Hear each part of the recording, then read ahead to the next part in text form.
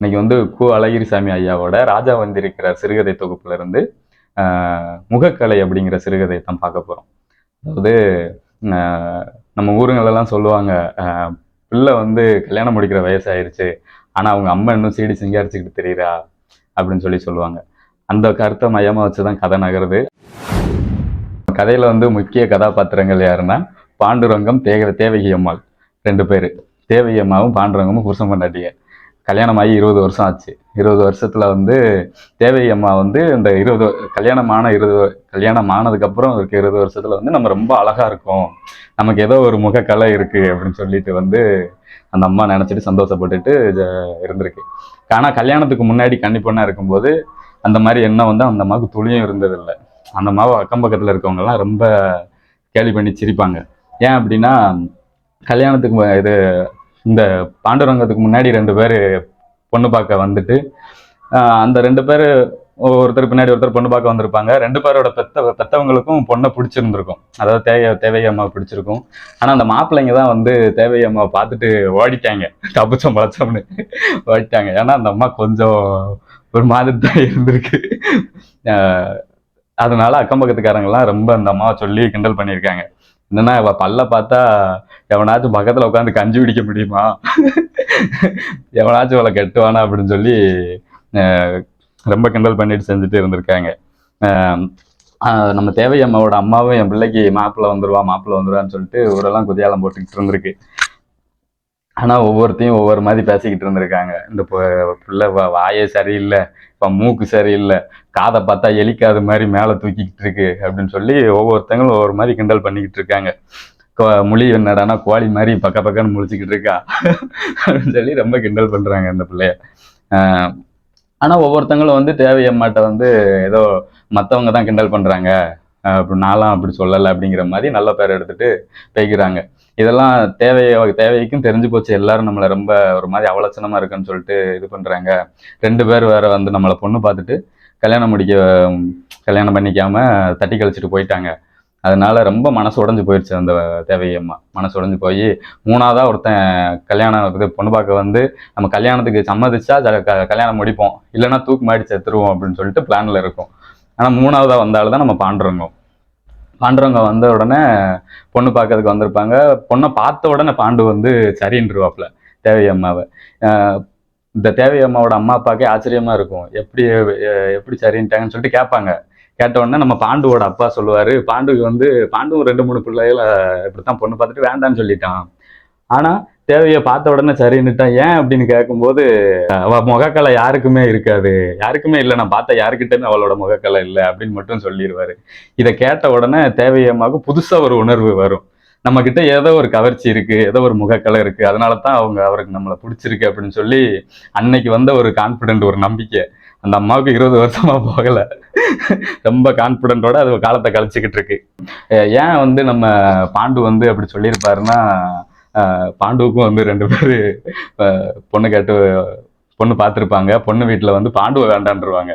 என்ன காரணம்னா, பாண்டு வந்து சின்ன வயசுலேயே சென்னை ஊருக்காரங்க, சென்னைக்காரங்க. சின்ன வயசுல சொந்த வீடுலாம் இருக்கு சென்னையில. இருக்கும்போது நமக்கு தான் சென்னையிலே சொந்த வீடு இருக்குல்ல, நமக்கு எதுக்கு படிப்புன்னு சொல்லி ஆறாப்புக்கு மேலே பள்ளிக்கூடம் போகல.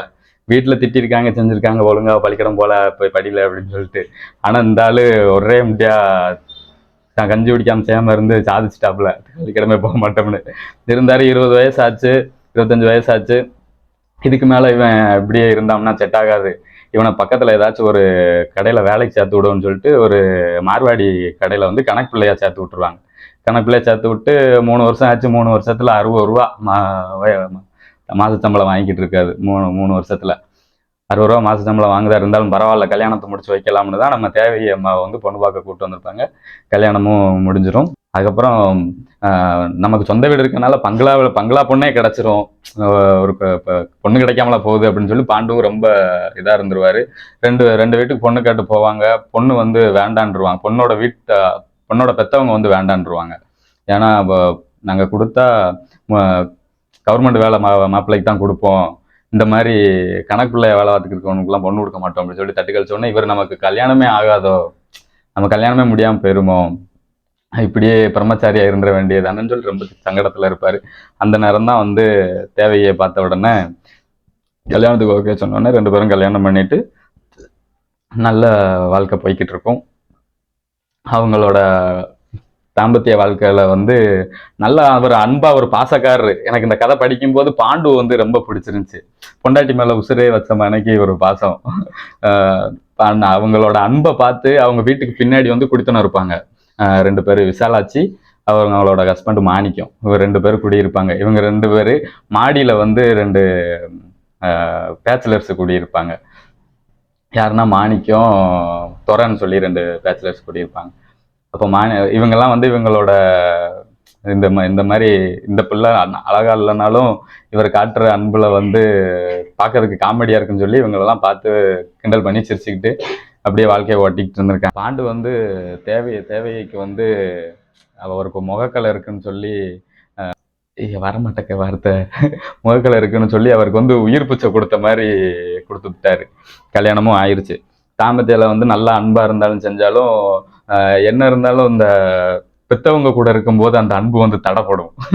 அந்த மாதிரி இவங்க அன்பை வந்து முழுசா காட்டுறதுக்கு தடையாவே இருந்திருக்காங்க தேவையோட மாமனாரும் மாமியாரும். மாமனார் மருமகளுக்குள்ள ரொம்ப சண்டை வந்திருக்கு. அதுக்கப்புறம் மாமனார் மருமகளுக்கும் ரொம்ப சண்டை வந்திருக்கு. என்ன காரணம் அப்படின்னா தேவை அம்மா வந்து வீட்டுல எப்ப பார்த்தாலும் கண்ணாடி முன்னாடியே நிக்குமா. நின்று எப்ப பார்த்தாலும் கண்ணாடியை பார்த்துக்கிட்டே இருக்கிறது. காலையில ஒரு தடவை சிங்கா இருக்கிறது, சாயந்தரம் ஒரு தடவை சிங்கா இருக்கிறது, இந்த மாதிரி பண்ணிக்கிட்டே இருக்கும். இதை நீ ஏன் இப்படி பண்றா, இவ போடுறத செண்டு வாட நெட்டி தாங்க முடியல அப்படின்னு சொல்லி மாமனார் மாமியாரும் ரொம்ப திட்டுவாங்க. இந்த பிள்ளை கேட்கவே செய்யாது. கேட்காதனால இப்படியே சண்டை நடந்துகிட்டே இருக்கிறதுக்கு அதுதான் காரணமா இல்லை, அவங்களுக்கு வேற எதுவும் உடல் காரணமான்னு தெரியல. மாமனார் செத்துருவாரு. அடுத்து ஒரு 3 மாசத்துல மாமியார் செத்து போயிடும். ஒண்டிக்கட்டையா இவங்க 2 பேரும் மட்டும் இருப்பாங்க. நம்ம தேவையும் பாண்டுவும் மட்டும் வாழ்க்கை ஓடிக்கிட்டு இருக்கும். கோடிக்கு ஒரு வெள்ளை, குமரிக்கு ஒரு பிள்ளைம்பாங்க.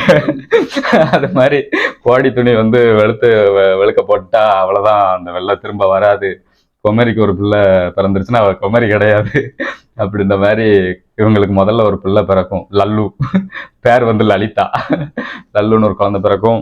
லல்லு பிறந்ததுக்கு அப்புறமும் பார்த்தா நம்ம தேவை வந்து அந்த தன்னை அலங்கரிச்சுக்கிறதுல வந்து எந்த மாறுதலும் இல்லாம ரொம்ப மேக்கப் பண்ணிட்டு வச்சுக்கிட்டு தெரிஞ்சுக்கிட்டு இருப்பாங்க. இந்த மாதிரி ஒரு வாழ்க்கை நடந்துகிட்டு இருக்கும்போது இதுல ஒரு திருப்பம் நடக்குது.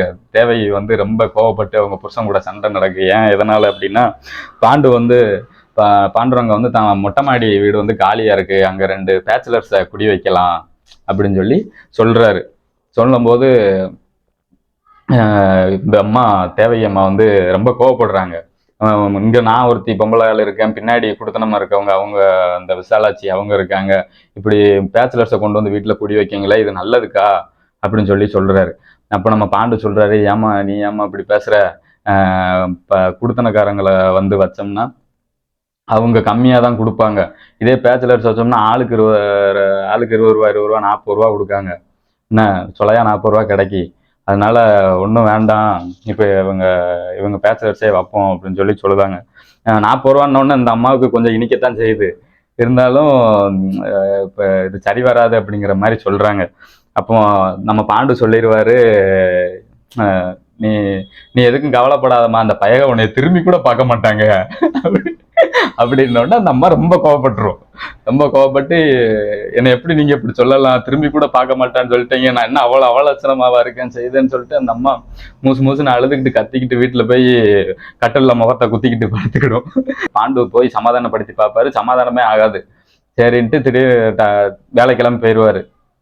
எங்க நம்ம மார்வாடி கடைக்கு வேலைக்கிழமை போயிட்டு திரும்ப நைட்டு வேலை முடிஞ்சு வருவாரு. அந்த அம்மா சொல் பேச்சு கேட்காது. என்னைக்குமே பிரியாம இருந்த ராத்திரி வந்து அந்த என்னைக்குமே பிரியாம இருக்கிறவங்க அன்னைக்கு ராத்திரி மட்டும் பிரிஞ்சு இருப்பாங்க. அடுத்த நாள் காலையில எழுந்துச்சு இதே மாதிரி வேலைக்கு போயிடுவாரு. போயிட்டு ஈவினிங் வந்து அந்த அம்மாட்ட சொல்லி சமாதானப்படுத்தி பார்ப்பாரு, கேட்காது. உடனே இல்லம்மா நான் அப்படி சொல்ல வரல, நீ எப்படி இருக்க தெரியுமா, நீ வந்து ரொம்ப அழகா இருக்கிறதெல்லாம் முக்கியம் இல்லை, ஒரு முகலட்சணமா லட்சுமி கடாச்சமா இருக்கிறது தான் முக்கியம், நீ வந்ததுக்கு அப்புறம் தான் எனக்கு எல்லாம் நல்லபடியா நடக்குது பேசிடுவாங்க. பேசினதுக்கு அப்புறம் அந்த அம்மாவுக்கு கொஞ்சம் மல்லிகைப்பூ, பக்கோடா, அல்வா அதெல்லாம் வாங்கிட்டு வந்து கொடுத்து சமாதானப்படுத்திடுவாரு. சமாதானம் ஆயிட்டாங்க. அதுக்கப்புறம் பார்த்தா திடீர்னு நம்ம தேவையம்மா வந்து பரிச்சை வைப்பா. உண்மையிலுமே இவர் நம்மளை அழகா இருக்குன்னு தான் நினைக்கிறாரா அப்படின்னு சொல்லிட்டு சில பரீட்சைகளை வைப்பா.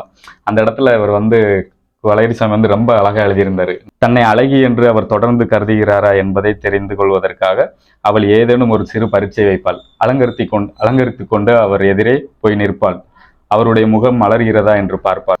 அவர் வாயிலிருந்து பாராட்டும் பரவச மொழிகளும் வெளிவரும் வரையில் அங்கேயே நிற்பாள்.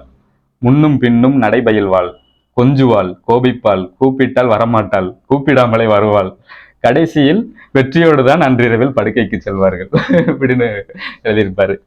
இப்படியா 15 வருஷம் கழிஞ்சிரும். கழிஞ்சதுக்கப்புறம் லல்லுக்கு வந்து இப்போ வயசு 18 ஆயிடுச்சு. லல்லுக்கு அப்புறம் 2 பிள்ளைங்க இருப்பாங்க, அசோக், ரவின்னு சொல்லிட்டு. மாடி அறையில வந்து 2 பேச்சுலர்ஸ் வச்சாங்கல்ல, விநாயகம், துரைன்னு சொல்லி 2 பேர் இருப்பாங்க. விநாயகம் வந்து கல்யாணம் முடியாத பேச்சுலரு. துறை வந்து கல்யாணம் முடிச்சால்தான் வீட்டை வந்து சொந்த ஊர்ல வந்து பொண்டாடி பிள்ளைகளை விட்டுட்டு இங்க வந்து இருப்பாப்ல. அப்போ விநாயகத்துக்கு எப்பவுமே வந்து பிரம்மச்சாரியாவே இருந்துருவோமா அப்படின்னு சொல்லி நினைப்பாப்ல. சரி, அது அதுக்குன்னு நேரம் வரும்போது அதெல்லாம் அமையும் அப்படின்னு சொல்லிட்டு வாழ்க்கையை ஓட்டிக்கிட்டு அவங்க அங்கேயே 3 வருஷமா சென்னையிலேயே இவங்க வீட்டு மாடியிலேயே வாழ்க்கையை ஓட்டிக்கிட்டு இருக்காரு. வீட்டோட பின்போசன்ல வந்து அந்த விசாலாட்சி, அந்த மாணிக்கம் அவங்க ஃபேமிலி இருக்குது. மாணிக்கம் விசாலாச்சும் வெளியில வந்து போகணும்னா இந்த தேவை அம்மாவோட அறையை தாண்டி தான் போய் வரணும். அப்போ இந்த மாணிக்கம் வந்து அறையை தாண்டும் போது இந்த நில கண்ணாடியில் அவரோட மாணிக்கம் தெரிஞ்சிட்டாரு அப்படின்னா இந்த அம்மாவுக்கு வெக்கம் தாங்க முடியாது. உடனே வெக்கப்பட்டுக்கிட்டு உள்ள ஓடி போய் ஒளிஞ்சுக்கிடும். இந்த மாதிரி ரொம்ப அலட்டிக்கிட்டு செஞ்சுக்கிட்டு இருந்திருக்கு இந்த அம்மா. யாரு? தேவை அம்மா. இதை பார்த்துட்டு மாணிக்கமே வந்து விசாலாஜிட்ட போய் சொல்லியிருக்காரு, இந்த அம்மாவுக்கு என் அம்மா வயசு இருக்கும், ஆனா இந்த அம்மா என்னை பார்த்துட்டு வெக்கப்படுது, வெக்கம்தான் படுதா, ஏன் இப்படி பண்ணுதுன்னு தெரிய மாட்டேங்கு. அந்த விசாலாட்சியும் பாவம், அதுக்கு என்னவோ தெரியல, அது தன்னைத்தானே ரொம்ப அழகா இருக்கணும்னு வேற நினைச்சுக்கிறது போலன்னு சொல்லிட்டு இவங்க அந்த பொண்ணை ஒரு மாதிரி கிண்டல் பண்ற மாதிரி தான் பேசிட்டு ட்ரீட் பண்ணியிருக்காங்க. மாணிக்கம் வந்து பாண்டுகிட்ட ஒரு நாள் நேரடியாவே சொல்லிட்டாரு, இப்படி என் தம்பி ஒருத்தன் ஊர்ல இருக்கான், தம்பி பொண்டாட்டி வந்து கொஞ்சம் அவலட்சணமா தான் இருக்கும், இருந்தாலும் முக கலையா இருக்கும், அது அழகா இருக்கதா முக்கியம், முக கலையா இருக்கிறது தானே முக்கியம், அப்படியே பாக்குறதுக்கு உங்க மிஸ்ஸஸ் மாதிரி தான் இருப்பாங்க, அதே லட்சுமி கடாச்சம் அப்படின்னு. உடனே இதை வந்து நம்ம தேவையம்மாவும் கேட்டுருவா. இதை கேட்டதுல இருந்து அவளுக்கு ரொம்ப குஷி, நம்மளை பெருமையா வேற சொல்லிட்டாங்க. இப்படியே ஆளுங்க சொல்ல சொல்ல அந்த அம்மாவுக்கு வந்து நம்பிக்கை இன்னும் அதிகமாயிருச்சு.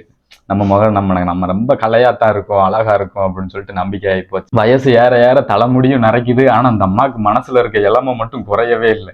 விநாயகம் மாடிக்கு வந்த மறு மாசத்துல இருந்தே அந்த பசங்க 2 பேரு, யாரு? அசோக், ரவி, இவங்க 2 பேரும் மாடியில போய் அந்த விநாயகம் கூட நல்லா விளாண்டுட்டு செஞ்சுட்டு இருப்பாங்க. இந்த பொண்ணு நம்ம லல்லு பிள்ளையும் வந்து எக்ஸாமுக்கெல்லாம் சொல்லி கொடுக்க சொல்லி அந்த விநாயகத்துக்கிட்ட போயிட்டு கேட்டு படிப்பாங்க. அசோக் எங்க, ரவி எங்க அப்படின்னு சொல்லிட்டு இந்த விநாயகம் சில நேரம் வீட்டுக்கு கீழே தேடி வருவாப்புல. அப்போது இந்த விநாயகத்தை பார்த்து கூட இந்த அம்மா ரொம்ப வெக்கப்பட்டுட்டு ஓடும். பொதுவாக ஆம்பளை ஆளுகளை பார்த்தாலே வெக்கப்பட்டுக்கிட்டு ஓடி ஒளியறது இல்லாமல் போய் நம்ம நல்லா இருக்கமா என்னன்னு சொல்லி கண்ணாடியில் போய் பார்த்துக்கிடும். அந்த விநாயகத்திட்ட வந்து ரொம்ப ஒரு மாதிரி இவன் கேட்கும் போதெல்லாம் ரொம்ப ஒரு மாதிரி குழஞ்சிக்கிட்டு பதில் சொல்லிக்கிட்டு இருப்பாங்க. அப்போ மாணிக்கம் கூட பார்த்துட்டு, என்ன இந்த அம்மா இப்படி நடந்துக்கிடுது, 3 வருஷமா வேற இந்த பையன் அங்கே இருக்கான், ஏன் இந்த அம்மா இப்படி பேசிக்கிட்டு இருக்கு, ஏதோ தப்பா இருக்கு அப்படின்னு சொல்லிட்டு அவரு மாணிக்கமும் விசாலாட்சியும் பேசிக்கிடுவாங்க. 3 வருஷத்துக்கு மேல குடியிருக்காங்க, ரொம்ப அன்யோன்யமா தான் இருப்பாங்க, நம்மளும் அப்படி நினைச்சிடக்கூடாது. அந்த பையங்களும் சமயத்துல அங்கதான் போய் இருக்காங்க, விளையாடுறாங்க. அந்த பொண்ணையும் சொல்லுவாங்க, அந்த பொண்ணும் மாடிக்கு போயிட்டு படிச்சுட்டு வருது, வீட்டுக்கு அந்த விநாயகம் போனா அவன்கிட்ட நேரம் நின்று பேசிக்கிட்டு இருக்கு, ரொம்ப ஃப்ரீயா தான் அந்த பையனை விடுறாங்க உள்ள, இந்த அம்மாவும் குழந்தைகிட்ட வச்சுக்கிட்டு பேசுது அப்படின்னு சொல்லிடுறாங்க. 1 மாசத்துக்கு பிறகு துறை வந்து வேற வீட்டுக்கு, துறைக்கு வந்து வெளியூர்ல வேற ஊர்ல, சென்னையை விட்டு வேற ஊர்ல டிரான்ஸ்ஃபர் கிடைச்சிருச்சு. அவர் அங்க போயிட்டாப்ல. போனதுக்கப்புறம் மாணிக்கம் மட்டும் இருக்காரு. இப்படி இருக்கையில அந்த விநாயகம் வந்து ஒரு நாள் நம்ம இந்த 3 பேர் பிள்ளைங்க 3 பேர் விநாயகம் 4 பேரும் மாடியில உட்காந்து கேரம் போர்டு விளாண்டுக்கிட்டு இருப்பாங்க. விளாண்டுட்டு கீழே இறங்கி வரும்போது இந்த விநாயகத்தை பார்த்து வெக்கப்பட்டுட்டு இந்த அம்மா திட்டுன்னு ஓடி போய் வீட்டுக்குள்ள ஓடும். கதவு வாசலை திறந்துட்டு வேகமா உள்ள ஓடும். உள்ள நம்ம பாண்டு வந்து வேலை கிளம்புறதுக்காக சட்டை போட்டுக்கிட்டு இருப்பாரு. இந்த அம்மா பாண்டு மேலேயே அடிச்சு கீழே விழுந்து, இந்த பாண்டு கீழே விழுந்து கையில சரியான அடி அடிச்சு போயிடும். அவரால் கையை தூக்கவே முடியாது, கை உடஞ்சிருச்சோன்னு பயந்துருவாரு. அந்த மாதிரி கையில அடிபட்ட உடனே கை வழியில எப்பவுமே அவர் தன் மனைவியை எடுத்தெறிஞ்சு திட்டினதெல்லாம் அன்னைக்கு திட்டிவிடுவாரு. ஏன் இப்படி வந்து மாடு மாதிரி வந்து உழுவுற மேல, விநாயகம் கீழே வந்தாரு, அவரை பார்த்துதான் வெக்கப்பட்டுட்டு ஓடியாந்துட்டேன் அப்படின்னு ஒண்ணு. உனக்கெல்லாம் அறிவு இல்லையா, அவனுக்கு வயசு 20 தான் ஆகுது, உனக்கு 40 வயசு ஆகுது, ஏன் இன்னும் இப்படி வெக்கப்பட்டுக்கிட்டு தெரியுத, சின்ன பிள்ளையா நீ அப்படின்னு சொல்லி வைதாரு. அதுவும் அவர் மனசுல இருந்து வையலை, அவர் வழினால அந்த வார்த்தைகள் வருது அவர்கிட்ட இருந்து. உன் பல்லெல்லாம் பார்த்துட்டு எவனாச்சும் உன் முன்னாடி நிப்பானா அப்படின்னு சொல்லியும் சொல்லிவிடுறாரு. சொல்லிட்டு அவர் பையன் ரெண்டாவது பையன் அசோக்கிட்ட நீ போய் ரிக்ஷா கூட்டு வாடா, ஆஸ்பத்திரிக்கு போகணும்னு சொல்லிட்டு ரிக்ஷா கூட்டு வர சொல்லி ஆஸ்பத்திரிக்கு போயிட்டு பார்த்துட்டு வந்துருவாரு. ஆஸ்பத்திரி போய் பார்த்தா கை உடஞ்சிருக்கலாம் செய்யாது, சின்ன இதாக தான் இருக்கும், மருந்து போட்டு அனுப்பி விட்டுருப்பாங்க. வீட்டுக்கு வந்த உடனே தான் அவருக்கு தெரியும், சரி கோவத்தில் ரொம்ப தான் பேசிவிட்டோம் பொண்டாட்டிய, இனிமே இப்படி பேசக்கூடாது அப்படின்னு சொல்லிட்டு அவருக்கு வந்து பக்கோடா, அல்வா, மல்லிகைப்பூ இதெல்லாம் வாங்க போயிடுவாரு. வாங்க போயிட்டு வந்த உடனே பார்த்தா இந்த அம்மாவும் வந்து இவர் ரொம்ப வழி எடுத்தனால தான் நம்மளை இப்படி திட்டினாரு, அவர் நிஜமாவே இப்படி சொல்லியிருக்க மாட்டாரு அப்படின்னு சொல்லி இந்த அம்மாவும் நம்பிக்கிட்டு இருக்கும். வந்த உடனே அவர் கொடுத்துட்டு இப்போ இந்த சமாதான பொருட்கள் எல்லாம் அவங்க கிட்ட கொடுத்துட்டு மன்னிச்சுக்கமான, அப்படி கோவத்துல தான் வழி தாங்க முடியாம அப்படி திட்டிவிட்டேன், மன்னிச்சுக்கோ அப்படின்னு சொன்னோன்னு இந்த அம்மாவுக்கு திரும்பவும் அந்த நம்பிக்கை வந்துடும். சரி, அவன் புருஷன் நம்மளை அவலட்சணமா இருக்குன்னு எல்லாம் பேசலை, கோவத்துல திட்டி இருக்காரு அப்படின்னு சொல்லி திரும்பவும் அதே நம்பிக்கையோட சுத்திட்டு வச்சுக்கிட்டு இருக்கும். அதுக்கப்புறம் சரியா ஒரு வாரம் கழிச்சு வந்து இந்த மேல வீட்டுக்கு வந்து ஒரு இடம் காலியா இருக்குல்ல, அப்போ இன்னொரு ஆளை வந்து வாடகைக்கு வைக்கலாம்னு சொல்லிட்டு புரோக்கர்கிட்ட சொல்லி வச்சிருப்பாரு நம்ம பாண்டு. சொல்லி வச்ச உடனே ஒரு வாரம் கழிச்சு புரோக்கர் வராரு. புரோக்கர் வந்து ஒரு பையன் நம்ம ரெடியா இருக்கான், இங்கதான் வேலை பார்க்குறான் சென்னையில தான், வீட்டுக்கு கூப்பிட்டு வந்துடலாம் அப்படின்னு சொல்லிட்டு அந்த பையனையும் கூட கூப்பிட்டு வந்து நம்ம பாண்டுட்டு அறிமுகப்படுத்துறாரு. பாண்டு பார்த்துட்டு நீ வாப்பா, இன்னும் ஒரு 2 நாள் கழிச்சு, இன்னைக்கு ஞாயிற்றுக்கிழமையா இருக்கு, நீ 30 ரூபா வாடகை, 30 ரூபான்னு சொல்லி பேசி கன்ஃபார்ம் பண்ணிக்கிட்டாங்க. இன்னும் ஞாயிற்றுக்கிழமை இருக்கு, திங்கள் செவ்வாய் 2 நாளுக்கு அப்புறம் நீ வந்து குடித்தன வந்துக்கோ அப்படின்னு சொன்ன. இந்த பையனும் எனக்கும் கொஞ்சம் திங்ஸ் எடுக்கணும், நானும் வெளியில போயிட்டு 2 நாள் கழிச்சு வந்து குடித்தன வந்துக்கிடுவேன் அப்படின்னு சொல்லிட்டு பேசிக்கிறாங்க. திங்கக்கிழமை சாயந்தரம் கேரம் போர்டு விளையாடும்போது நம்ம யாரு விநாயகம் சொல்றாப்புல யார்கிட்ட, அசோக்கு கிட்ட, இன்னைக்கு காலையில நான் வேலைக்கு போகும்போது உங்க அம்மா மூஞ்சில முழிச்சிட்டு போனேன், உங்க அம்மா மூஞ்சில அவ்வளோ லட்சுமி கலடா, உங்க அம்மா மூஞ்சில முழிச்சிட்டு போனாலே நல்லதுதான் நடக்கும், இன்னைக்கு காலையில உங்க அம்மா மூஞ்சில முழிச்சிட்டு போனேன், எனக்கு ஒரு 300 ரூபா தரணும் ஒரு பையன், பல வருஷமாச்சு அவன் தராமலே இருந்தான், இன்னைக்கு திடீர்னு அவன் எனக்கு தபால் போட்டு விட்டுருந்தான், 300 ரூபாய் வட்டி முதலோட எனக்கு தபாலா அனுப்பியிருந்தான், இன்னைக்கு உங்க அம்மா மூஞ்சில முழிச்சனால தான் இப்படி நடந்திருக்கு அப்படின்னு சொல்லி சிரிக்காம சொல்லிடுவான். அசோக் பையலும் வீட்டுல எல்லாரும் நைட்டு உட்காந்து சாப்பிடும்போது அவங்க அப்பாவும் இருக்கும்போது சொல்லிடுவான். சொன்ன உடனே இந்த அம்மா அலட்டிக்கிடுவோம், பாத்தீங்களா நான் இவ்வளவு அழகா இல்லைன்னு உங்க அப்பா கட்டியிருப்பாரா என்னைய அப்படின்னு சொல்லி இந்த அம்மா அலட்டிக்கிட்டு பேசிக்கிட்டு இருக்கும். ஒரு நேரத்துல நம்ம பாண்டுவுக்கே டவுட் ஆயிரும், சே நமக்கு பொண்ணே கிடைக்காதுன்னு சொல்லி நல்லா இல்லைனாலும் பரவாயில்ல அப்படின்னு சொல்லிட்டு கட்டிட்டோம், ஆனா உண்மையாலுமே இவ ஒரு முக லட்சணத்தோட தான் இருக்கா, நமக்கு தான் அப்படி தெரியல போல, எல்லாருமே அவளை ஒரு லட்சுமி மாதிரி தான் பார்க்காங்க அப்படின்னு சொல்லிட்டு நினைச்சுக்கிட்டு இருப்பாரு. அதே மாதிரி அடுத்த நாள் நடக்கும். அடுத்த நாள் நம்ம அசோக்கும் ரவியும் வந்து மொட்டை மாடியில பட்டம் விட்டு விளாண்டுக்கிட்டு இருப்பாங்க. அப்போ நம்ம லல்லுவும் விநாயகமும் வந்து ரூமுக்குள்ள கேரம் போர்டு விளாண்டுக்கிட்டு இருப்பாங்க. கேரம் போர்டு தான் விளாண்டுக்கிட்டு இருப்பாங்க, ஆனா 2 பேர் கையும் வந்து கேரம்ல இருக்காது. கீழே இருந்து தேவையம்மா வந்து சத்தம் போட்டு கூப்பிடுவாங்க பிள்ளைகளை, கீழே வாங்க டே, கீழே வாங்க அப்படின்னு சொல்லிட்டு கூப்பிடும்போது இவங்க பட்டம் விடுற இதுல கீழே வர மாட்டாங்க.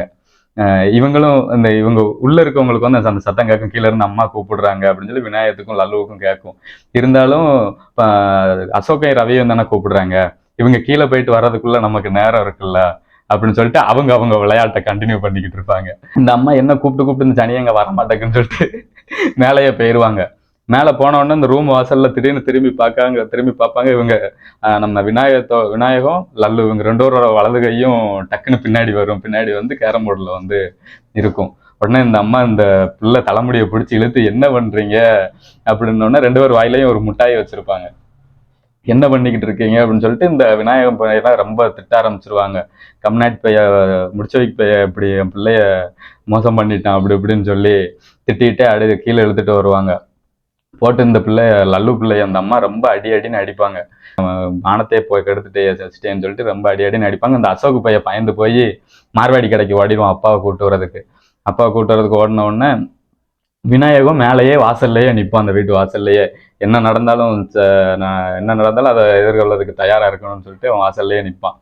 அப்போ நம்ம கடைக்கு போன அசோக் வந்து அப்பாவோட வந்துருவான்.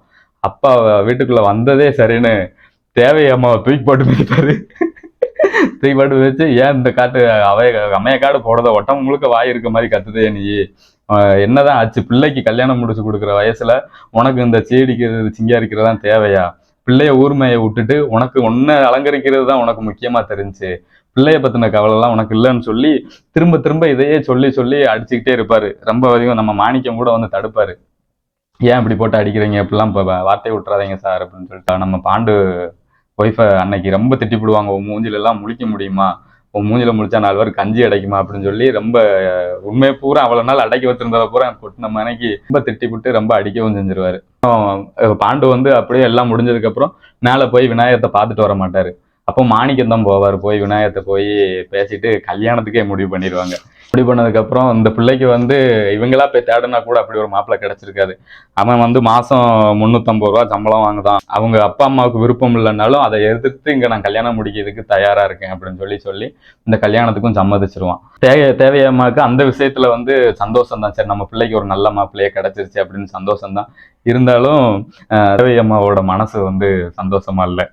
பொண்ணுக்கு கல்யாணமும் ஆயிரும். பொண்ணுக்கு கல்யாணம் ஆனதுக்கு அப்புறம் இந்த கதையை எப்படி முடிச்சிருப்பாருன்னா, தேவியம்மாள் 100 ரூபாய் சம்பளத்தில் தன் பொண்ணுக்கு மாப்பிள்ளை கிடைப்பானா என்று சந்தேகப்பட்டு கொண்டிருக்கும் போது, இவ்வளவு பெரிய இடத்திலிருந்து ஒருவன் கிடைத்ததும் கூட அவளால் சந்தோஷப்படவே முடியவில்லை. ஏன் அப்படின்னா, மகளுக்கு கல்யாணம் ஜாம் ஜாம் என்று நடந்தது. ஆனால் தேவையம்மாளுக்கோ வாழ்க்கையே இருண்டு விட்டது. அவள் அலங்காரத்தையும் கைவிட்டாள், வெக்கப்பட்டு ஓடி விழுவதையும் கைவிட்டாள். உலகத்தையே வெறுத்தவளாக வீட்டுக்கும் வாசலுக்கும் நடனம் ஆடிக்கொண்டிருந்தாள் அப்படின்னு சொல்லி கதையை முடிச்சிருப்பாரு. இந்த முகக்கலைங்கிற சிறுகதை வந்து இந்த ராஜா வந்திருக்கிறாங்கிற சிறுகதை தொகுப்புல இருக்கு. இது போல நிறைய கதைகள் இதுல இருக்கு. எல்லாரும் வாங்கி படிங்க இது. நன்றி. இது மாதிரி நிறைய சிறுகதைகளையும் நாவல்களையும் கவிதைகளையும் கதைகளையும் பத்தி தெரிஞ்சுக்கிறதுக்கு நம்ம நியூ வாய்ஸ் சேனலை சப்ஸ்கிரைப் பண்ணுங்க.